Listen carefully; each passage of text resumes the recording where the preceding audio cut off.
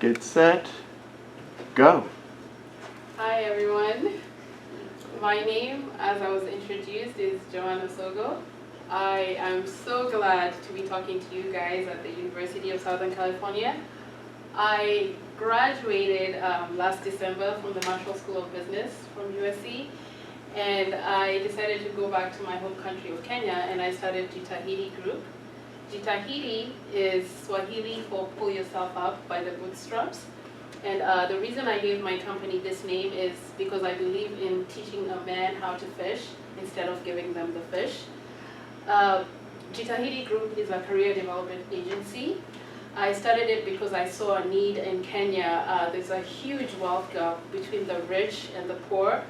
And I was surprised when I found out that in Kenya, for you to be able to get an internship, you have to know someone, so you have to have connections. And I thought that this is not fair. You know, I like the American system where you get the internship based on your grades, on your volunteer experience, and your leadership experience. So that was the motivation for starting Jitahidi Group. A little background about myself. I was born and raised in Kenya. I grew up in a slum in Kenya called Huruma. Huruma is a slum that's next to Mathare, which is one of the biggest slums in the world. And growing up in Kenya, my father passed away a month before I was born. And my father is from a wealthy family. He was the chief inspector of schools when he was alive, which is the equivalent of Secretary of Education here. And his brother, my uncle, was a member of parliament. So for some time, he was actually the finance minister in Kenya. But my mother's side of the family is very poor. So when my father passed away, my mother was immediately thrown into poverty because my father's relatives took my father's property. So my mother had to start over again. So we were raised in Huruma. And we were raised in a one-room house. So not a one-bedroom apartment. It's just one room, probably half this room. And that one room was the living room, was the bedroom, was the kitchen, and then the bathroom and the toilet and the washing area for washing dishes was outside. You know, so this is normally how people live in establishments like this. And if you can see on the picture, there's an informal structure and then there's the formal structure. I was lucky enough, I never grew up in the informal structure, I grew up in a formal structure. But as you can see, it's very crowded, there's a lot of people. I was trying to get a picture to show you, a representation of what living in the slums is like, but I couldn't really get, it's one of those things that you have to experience for yourself. But as you can see, it's overpopulated, the roads are usually not tarmacked, so when it rains, it's open sewers, it's just a mess. And growing up as a child, I always wanted to get out of poverty, And my life has a duality where I see poverty and I also see wealth. Because like I said, my uncle was a member of parliament. So I went to school with my cousins, my uncle's kids, and lunchtime he would come and pick us up from school and take us back to his house, to have lunch. And at that time, only members of parliament were allowed to put a flag, a Kenyan flag on their cars, so that's how the police would identify that he's a member of parliament. So it would just be, we would be pushed through, we wouldn't have to stop at the stops and all that stuff, So I saw what wealth is, So I would go to a very wealthy neighborhood, to have lunch, and then in the evening I would come back to this, So I think that experience gave me some kind of privilege because compared to these people, at least I knew that there's a different life out there, that there's people who live very wealthy, so I always aspired to get out of the slum. And I remember I used to stand at the gate of our plot. So this is a plot, the entire structure is called a plot. So I would stand at the gate and directly opposite from our plot would be a huge dump of garbage. And it was just really bad because sometimes there would be aborted babies thrown on the garbage, So from a very young age, I always just wanted to get out of this type of setting. And So I did well in school, and I graduated from high school in Kenya, and my uncle offered to pay for me for university, but I opted to go to Alliance Française, which is more like a French school. So I went there for probably less than a year, and perfected my French, and decided to apply to go to France as an au pair. So that was my ticket out of the ghetto, and I went to France for about a year and a half, worked as an au pair, and after that I decided that I wanted to come to America, because who does not want to come to America, you know? So in America, it took me a while before I could get to USC. I started at a community college, and because of various different things, immigration and other things, I was not able to go to a four-year university immediately. But when I got the opportunity to apply to USC, I applied, and luckily, I mean, it's not luck, it's hard work, but I got into USC. I'm glad that you corrected yourself there, that's true. And USC has been great to me. You know, graduating with a degree from USC has really, you know, helped me a lot, opened doors for me. So I'll go on to the next slide. Why social entrepreneurship? So I went to Kibera a couple of times, and I wanted to paint a picture for you guys to see what Kibera is. For those of you who don't know what Kibera is, it's, I think, the largest slum in the world, if not one of the largest slums in the world. It's a very huge area where people just live in poverty, you know. So I went there I had gone there as a child, but as a child, we would go there for camping. So I never saw, you know, all this. So I decided to go back as an adult to see, you know, the type of poverty that's there. So in this picture, you can see this man is rummaging through the garbage, and what he's doing is he's looking for recyclables so he can take to the recycling plant and get some money out of it. But I also want to point out that the road there is a tarmacked road, which, like I mentioned, in Huruma, in Dandora, in Mathare, you'd be hard-pressed to find tarmacked roads. And there's another one up there also that's a tarmacked road. And then if you look closely, you see umbrellas lining the street, all across the street. Those umbrellas are vendors. These are people who are selling all kinds of things, from household items to fruits to roasted maize, anything that you can think of. So I really wanted to show you guys this picture to show you that even though they live in poverty, they're not just sitting there waiting for a handout. They're actually working and trying to, you know, earn a daily living, you know. I also wanted to define what Africa is, because to be honest, when you think about Africa, the image that pops to your mind is not this. The image that pops to your mind is the pictures that I showed you in the past slide. So this is Africa too, you know. What people don't realize is Africa is just like any other country in the world. There's wealthy people in Africa, but there's also poor people in Africa. The only difference is that there's a huge wealth gap between the wealthy and the poor. So most of the time what you see is the poor people. But there are people who are, this is a fashion show in the Democratic Republic of Congo, and this is an apartment building in Nairobi, Kenya. And right now the real estate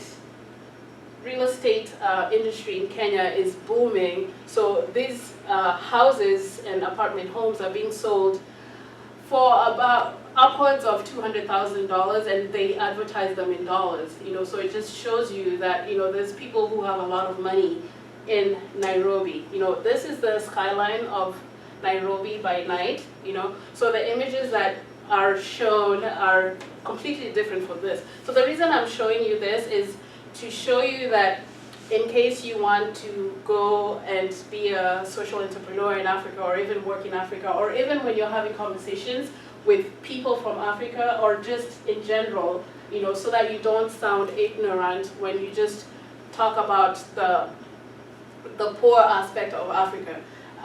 Just showing that Africa is, you know, a whole realm of people, from the very poor to the very rich.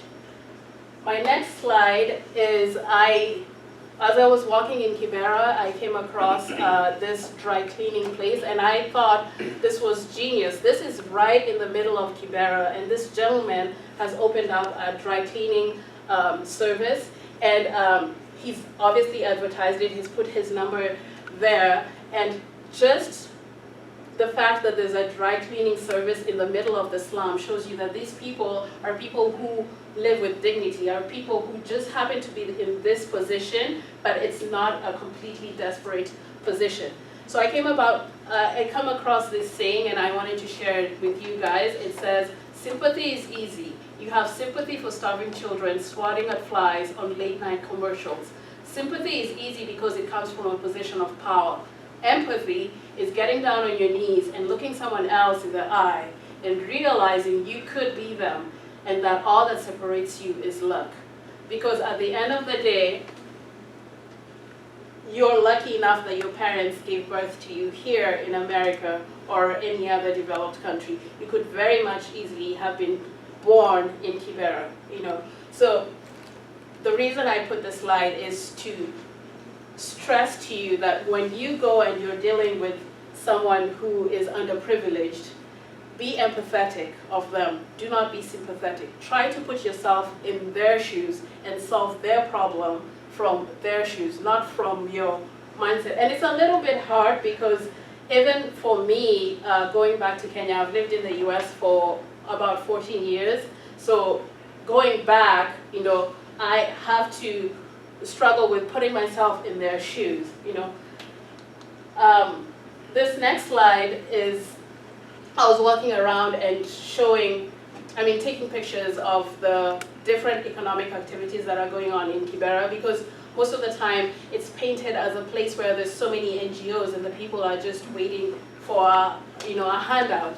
And what I found was completely different from what is talked about. So I found people who are selling all kinds of things. This gentleman here is selling household items that range from about 30 cents to about $1.50. And if you notice, he doesn't have a shop. What they do is they set up right on the street and they'll put their wares there. And in this way, he doesn't have to worry about paying rent. He doesn't have to worry about paying for electricity. He's just trying to get a daily, some money to, pay for his meals and hopefully take his children to, school. This gentleman here is selling fruits, and he had a table with an umbrella there. The umbrella is for the sun. It gets really hot at this time of the year. And what I found interesting is most of the vendors would let me take a picture of them. If you look at the pictures, it's just the pictures of whatever they're selling. And I found that interesting, and I asked them, why wouldn't you let me take a picture? And they told me that, number one, they feel like I will get some kind of financial gain from pictures, which just shows you that there's so many NGOs and so many foreigners, some of whom have taken advantage of the people. So the residents have become very wary of people, taking pictures of them. And then the other thing they told me is they don't want to end up on some website or some book cover without their permission, and they're not getting any financial gain from it. So I compromised with them and asked them, can I take a picture of whatever you're selling? So that picture there, I was trying to show you the economic activity that goes on in Kibera. This is typical. There's shop after shop after shop. They're selling all kinds of things. So they're not just sitting there and waiting for someone to solve their problems for them. I'm sure all of you know about Maslow's hierarchy of needs. I wanted to put this slide here to tell you that when you're dealing with someone who is underprivileged, let's say from Kibera, please understand that they're at this level where they're just fulfilling their physiological needs. So when you come in, realize that you're probably at the esteem level and self-actualization level. So when you're talking to them, even me, when I went and I saw that the streets are lined with people selling pretty much the same thing, and my first thought was, well, why don't they innovate and maybe put up a building and sell their stuff in a more cleaner environment? And I quickly realized that they cannot do that because their customers are fellow Kibera residents. So if he puts up a building, he now has to pay for rent. he has to pay for electricity, he has to pay for water, security, all these things, you know. So when you're trying to solve their problems, try to bring yourself back down to the physiological needs, where you're just working day by day to pay for rent, to pay for food, pay for water, you know. So don't think of it from this level. My advice, is there anybody who is interested in going into social entrepreneurship? Oh, one person. Okay, so my advice to him and to all of you, because when I was here, I didn't think that I wanted to go into social entrepreneurship. So even just as a volunteer or just as someone who wants to help people, the first thing is fail forward. You know, you'll have a lot of people who will be skeptical about what you're doing, because NGOs have been in existence even before you were born. So why do you think that you're the one who will be able to solve this problem? You know, so you should just, you'll have people who will not take you seriously. You'll have people who will not even respond to your emails, you know. So just keep plugging at it. Eventually it does work, you know, but it takes a lot of work. My second advice is respect their dignity. Like I told you, none of them would let me take their pictures, and it got to a point where I stopped taking pictures, you know, when I realized that we've created a situation where we've kind of romanticized poverty, and you know, we're taking pictures of them as if they're in some kind of reality show, and they're saying, stop, I don't want to be, you know, this is my life, you know, you shouldn't just barge into my life. So when you're dealing with them, please respect their dignity and realize that they're human beings. They just happen to be in that situation. My next advice is to partner with a local person. We've seen so many people and people who work for NGOs. And for those of you who don't know, an NGO is a non-governmental organization. They usually get funding from here, and that funding they're able to do whatever project that they're interested in, but more importantly, they get their salary from that funding, you know. So don't. What are some kind of projects that NGOs work on? I was trying to explain this to my wife last night, and I was doing a miserable job. The projects that they work on, poverty reduction is a huge aspect of NGOs. I know there's HIV alleviation in Africa. There's education, because a lot of school children end up dropping out of school in high school because they just don't have the funds, you know, to go to high school. Maternal health, there's a lot, and that actually reminds me, as a social entrepreneur right now, there's a lot of resources that are being given to social entrepreneurs. The UN just had their General Assembly, and they passed the Sustainable Development Goals. And with these goals, they have a target of reducing or eliminating poverty by 2030, amongst other different kinds of initiatives. So it's a great time to be a social entrepreneur if you're really interested in pulling one person at a time out of poverty, you know, instead of the usual bureaucracy that just happens with different organizations. So I talked about partnering with a local person. Not really, though. Talk a little bit more about what the difference of a local person is and an NGO. Okay, so a local person is the person living there, obviously, and this person is more privy to information because he lives there. An NGO, someone who works for an NGO, is usually there for a period of time, you know, if it's 5 years or 2 years, whatever, you know. And the local person will have more information about how you can impact the people living in poverty than someone in the NGO, just because they were born and raised there. I'll give you guys an example. I'm originally from Kenya, but I've lived here for over 14 years, you know. So when I went back to Kenya, I have a 5-year-old daughter, and she got sick, you know, and in the middle of the night we had to rush her to the hospital, and I was told to take her to Kenyatta National Hospital, which is a referral. It's a huge hospital, basically. And honestly, I was not prepared for what I saw there, because, you know, imagine seeing a child. We were waiting in line for the doctor, and there was this child who was on the brink of death, like literally on the brink of death, and they had to give him some kind of glucose to sustain him so that he doesn't die. And I was told that a lot of patients end up dying right there in the line, So if you shelter yourself within the NGO community and in the wealthy, they're usually in the wealthy suburbs, you're not going to be able to see things like this. So you're not going to be able to empathize with these people. You're not going to be able to look at their problems from their point of view, So this is why I think it's very important to partner with a local person, And they'll also take you, like in Kenya we have a saying that, and I was trying to get a video for you guys for, there's something called a matatu in Kenya, which a matatu is basically a minibus. And I would recommend you guys just go on YouTube and watch videos about it. But it's a crazy transportation system in Kenya that has very loud music that goes very fast, and so anyways, things like that. If you don't partner with a local person, you'll probably just end up being chauffeured from one side to the other, so you will not really experience the life that the locals go through. And remember, you're trying to solve a local problem, so that's why I think it's very important for that. I'll go to the next thing. Actively seek a mentor.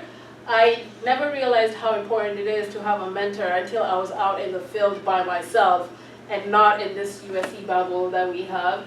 And you will be bombarded by all kinds of negative things. You will, it's very important to have a mentor, someone who will guide you and tell you, it's okay, this person did not see the value of what you're doing, but put on, a smiley face and go to the next person. So you need someone who, will constantly encourage you. And I'm very lucky that I have Professor Hansen as my mentor. The next thing that I would recommend is network. I cannot stress how important networking is.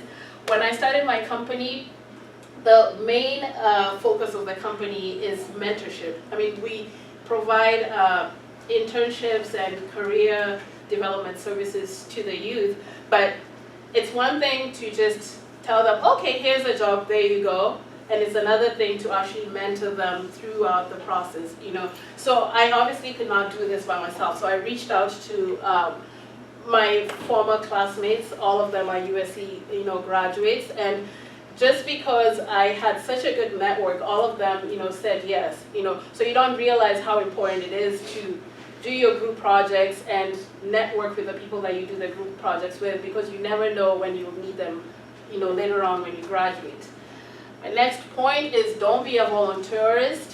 I kind of talked about this. This is when you're just going to the slums for a paycheck, because like I said, the NGOs are funded and they get, good money, So if you're just there just to get a paycheck, you're not solving any problem. And I think honestly that is a very sad situation, because these people, like I told you, that child is at the brink of death. Had you done your work the way you're supposed to do it, you may have saved this child. So it's people's lives that we're talking about here. Do not create a victim. I cannot stress that enough. I myself created my own victim when I went back to Kenya, because when you first go, you just want to help. You just, because you just feel like, I need to do something, So one of my childhood friends reached out to me and he wanted a loan. It was just $20, So I told him, oh yeah, sure. I gave him $20. 2 weeks later, he came back, he wanted $50, So he paid back the $20, but he didn't pay the $50, And now he has figured out that he has a stream where he can always go and just ask for money, So inadvertently, I created my own victim. So it's very important when you're dealing with someone, always ask yourself, am I teaching them how to fish, or am I giving them the fish? And that can guide you, to be able to help them, And the last point is get involved. There's a bunch of different organizations, especially here at USC, that you can be involved with. One of them is House Prize. I was lucky enough to, Ansel here was the director for House Prize at USC, and so she reached out to me and we were part of the founding committee for House Prize here. And I think that was one of the things that made me go out and start my company. Just seeing I'll let Ansel talk a little bit about House Prize just to give you guys an idea. Okay, guys. So House Prize is it's a $1 million social enterprise case competition. It's open to students from all over the world, like from schools all over the world. There's House Prize at USC is a local competition, which is going to be November 14th this year. So there's always a case that Bill Clinton provides. He gives it out in October. And this year's challenge, just to give you an example, is like a whole 30 pages, I think, of the case. So you have to read it and then figure out a solution for this problem. So it's always centered around urban slums, and urban slums can be, even in LA we have urban slums, right? So whatever team wins, gives the best solution at the end, you get $1 million. So I think we have that website there. I don't want to take Joanne's time, but you can look it up, and then applications are open to form teams, and I'd advise you to kind of look at it. Yeah, so that's it. And I'll talk about it a little bit more in and class too. Professor Hansen is our faculty advisor, and he was a judge last year. We had so much. I was a judge last year Yeah. because Ansel, who I had not met, was looking for extra judges, and Joanne said, well, maybe Professor Hansen would do it. So he did, and then this year, the director, the student director of the program was like, the faculty advisor last year was Professor Coombs, Michael Coombs. Oh, yeah. And he bowed out this year, and so they said, well, who can we get this year? And Ansel said, well, you can get Professor Hansen. So Professor Hansen is the faculty advisor. Okay, I'll go on to my next slide. Like I told you, in Kibera, nobody would let me take their picture. And I went back to the CBD and I met this gentleman here. And he was like, I was taking pictures of, Nairobi, and he was like, take my picture. And it was, a little bit, anyways. So I took his picture, and he asked me, why was I taking pictures? And I told him that I was coming to speak to a class. And, immediately he told me, can you go and tell them about what I do with my group? So this man, as you can see, he's obviously disabled, and he started a group where they make jikos. So this is a jiko. They use charcoal, poor people, and use this to cook. So they contribute about 30 cents per person per month to be able to get funds to make this. So he was telling me that 3 supermarkets approached him and wanted him to supply them with the jikos. And he told me that he turned down the offer. And I was like, why did you turn down the offer? That was a great opportunity. And he told me that he did not have the capital to be able to supply to the 3 supermarkets. And I asked him, how much money would you need for that? And he told me it was $5,000. Think about $5,000. I calculated a latte that you drink from Starbucks a day for a whole year comes to about $1,800. So less than 5 people would be able to give him the funding to be able to start this business, If they gave up their second latte. Yes, that's right. Yeah, so the reason that I'm bringing this up is to just show you just how privileged you are that this person cannot afford $5,000 and had to let that contract go, And then there's this other gentleman. He lives by my house where I live, and I pass him every day. And he's actually a quadriplegic, You can't really tell in the picture, but he is. And even if you look at the picture, he looks a little bit wealthier than he is. He lives in complete poverty, and he has a handmade wheelchair. That one, this gentleman here actually, I think, is just a depiction of the tenacity and hustling of Kenyan people, because this wheelchair, he obviously cannot afford it. He did not buy it from his own pocket. He went to an organization and was able to get the wheelchair, and then he went back again and lobbied for other people. So he got other people who are disabled and started providing wheelchairs to them. You know, he is a cobbler. You know, in spite of him being a quadriplegic and he has blurred speech, he doesn't sit at home and just wait for a handout. You know, every day I see this man because I pass him, you know, when I'm leaving, and every day, you know, he sits in this chair and he, you know, repairs shoes for a living. You know, and I told him, you know, I'm very impressed by you because there's a lot of people who are able-bodied who just sit and wait for someone to, you know, give them a handout. But he goes out and, you know, does this for a living. So when I told him that I was coming to the US to give a speech, you know, his friends were just so amazed. They were like, oh wow, you're going to America, you know. So you have to realize that probably 99% of Kenyans who are in poverty like this will never get a chance to come to the US. So to them, the US is like heaven, you know. So I was thinking of how to help these people, and I obviously am a recent college graduate. I don't have money to just, you know, give to them, and more importantly, I don't want to create a victim, you know. So I was thinking of starting an Indiegogo campaign for them, but I'm still on the fence. I really don't know. So Professor is going to give you my contacts. If any of you have any ideas of how I can possibly help these people, I would appreciate, you know, just exchanging ideas. And I'm running out of time.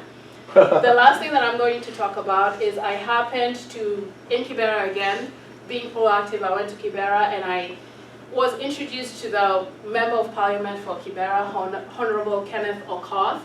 And I was just so impressed by what this politician is doing. Because a politician in Kenya is usually just worried about himself. He uses his position to embezzle funds. He uses his position to get corrupt deals.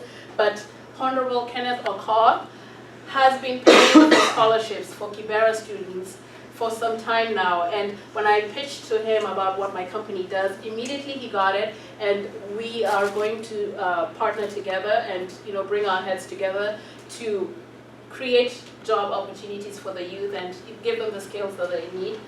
This is also in Kibera. This is Huduma Center. Huduma Center is a government organization, and normally people have to, you know, pay transportation and go to the CBD to get these government services. So Honorable Okoth lobbied and was able to get funding to bring Huduma Center to Kibera. So they no longer have to go, you know, to the central business district. And this is huge because now they can get all the services that they need. So this is brand new.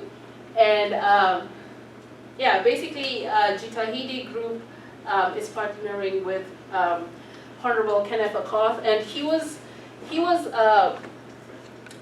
interested in the sustainability of our partnership because he's not going to be a member of parliament forever. So when he's no longer a member of parliament, he still wants the program to be ongoing, you know. So we are thinking of different ways of how we can, you know, help the youth, you know, teach them how to fish. So if any of you are ever in Kenya, or if any of you are interested in volunteering, or if any of you want to go into social entrepreneurship, I would be more than willing to, you know, give you the advice or the connections or whatever resources I can help you with. But I know that just you guys being able to volunteer with these kids is a huge difference, you know. So Professor Hansen